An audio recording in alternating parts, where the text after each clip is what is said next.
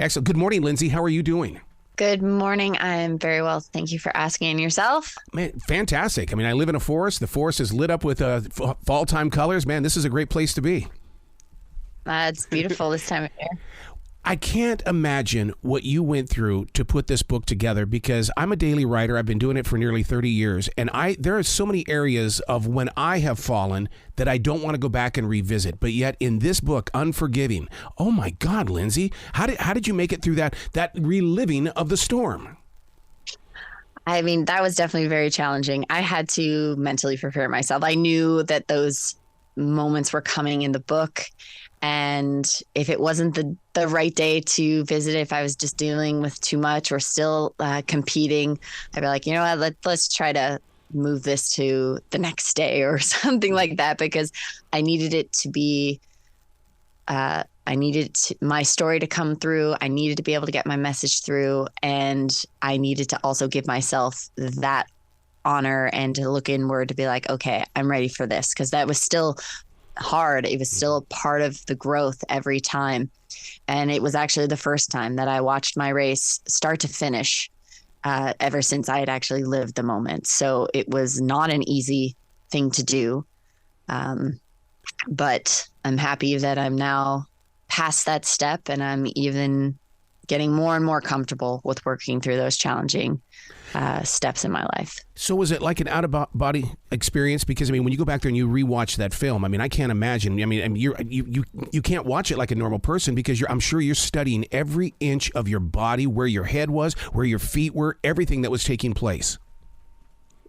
I mean, yes. And you were trying to reach for a different level of understanding. Yeah. And when I was working with my therapist, you know, she was looking at tape because she knew that it wasn't maybe the right time for me to face that in a visual component. We'd be talking about it a lot and working through those feelings and emotions.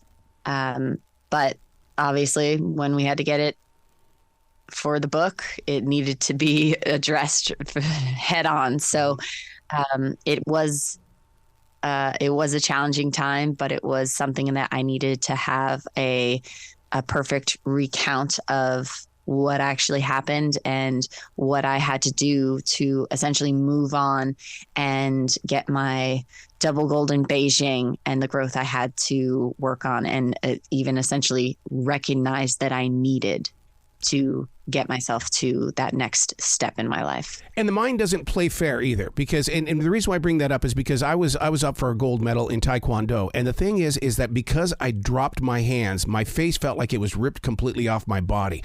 And to this day, I still relive that moment. So do you relive it as well?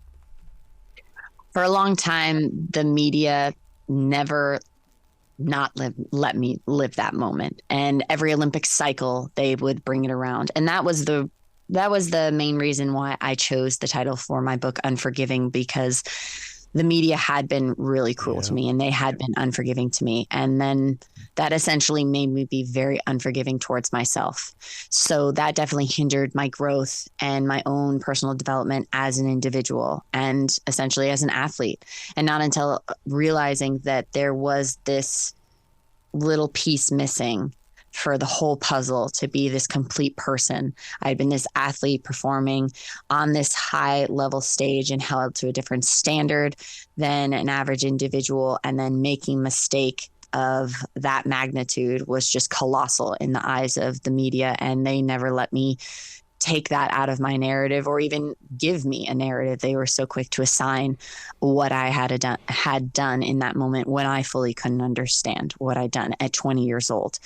So I wanted my book to be inspirational and to give hope, to help people work through those challenging moments, and that it's okay to sometimes not be okay, and to understand, all right, then we have this moment, we have something that we can work from and grow from, and that at the end of the day, it doesn't make that moment any easier to live with, but it helps you move on and start to help complete you as your own person, and not allowing that one moment to define who you are.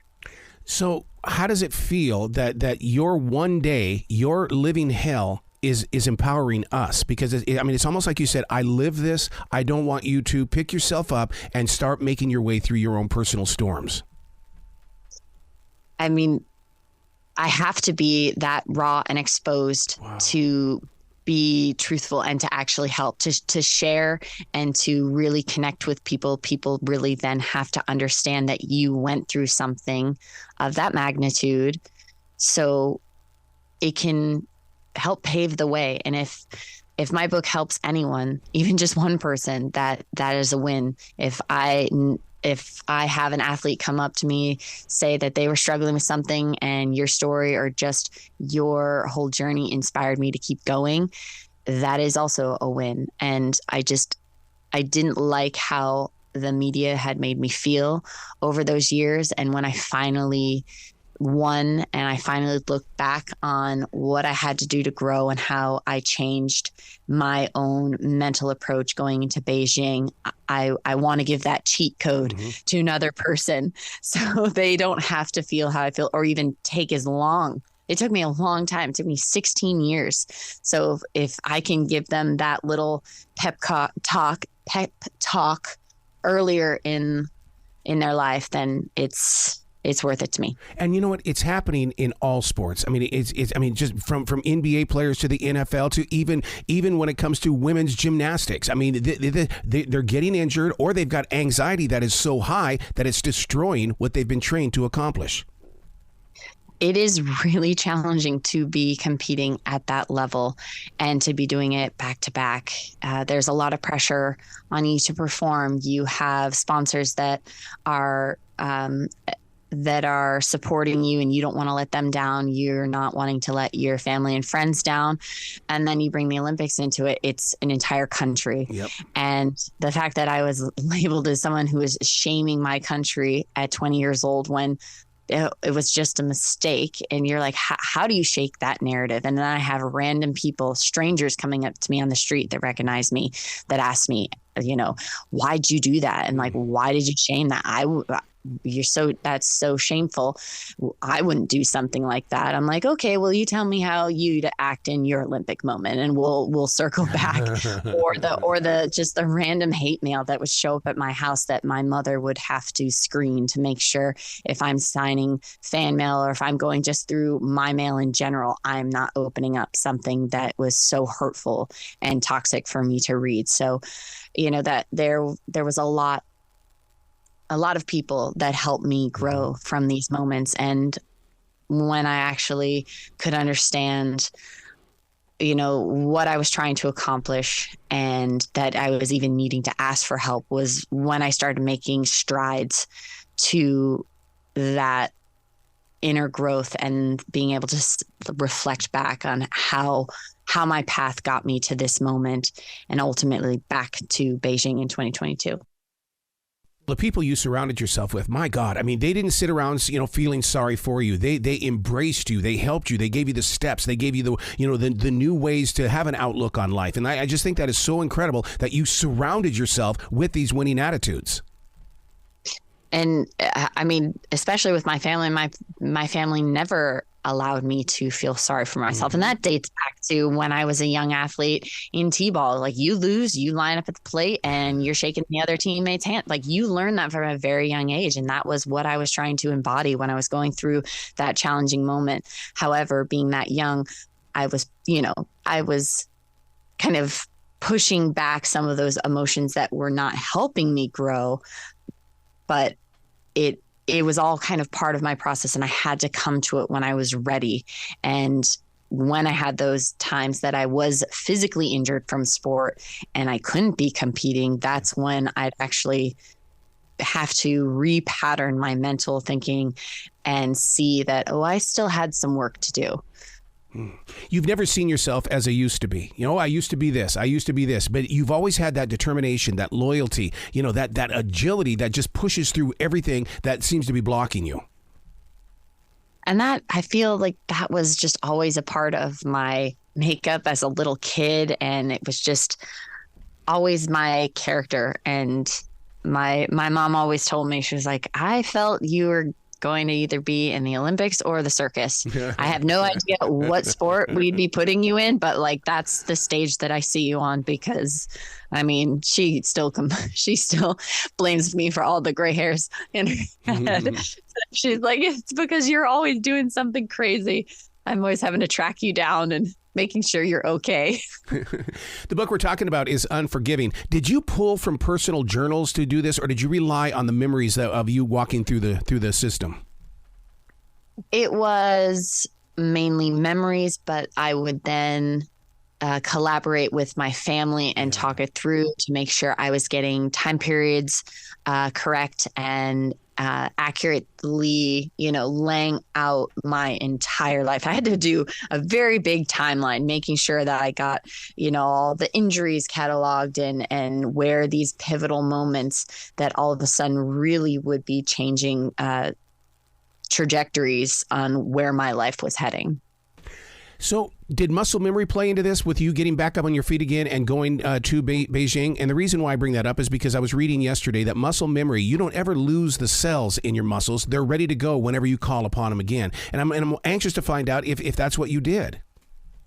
Well, it's funny you say that, because in the last race, in the team race, I actually did grab my board. However, I did it on the very last jump and not the second to last jump. So again, remembering what my body likes to do and having fun. And it was showing again that I was loving the sport as much as I was loving it back in 2006, and taking out the Olympics that whole picture.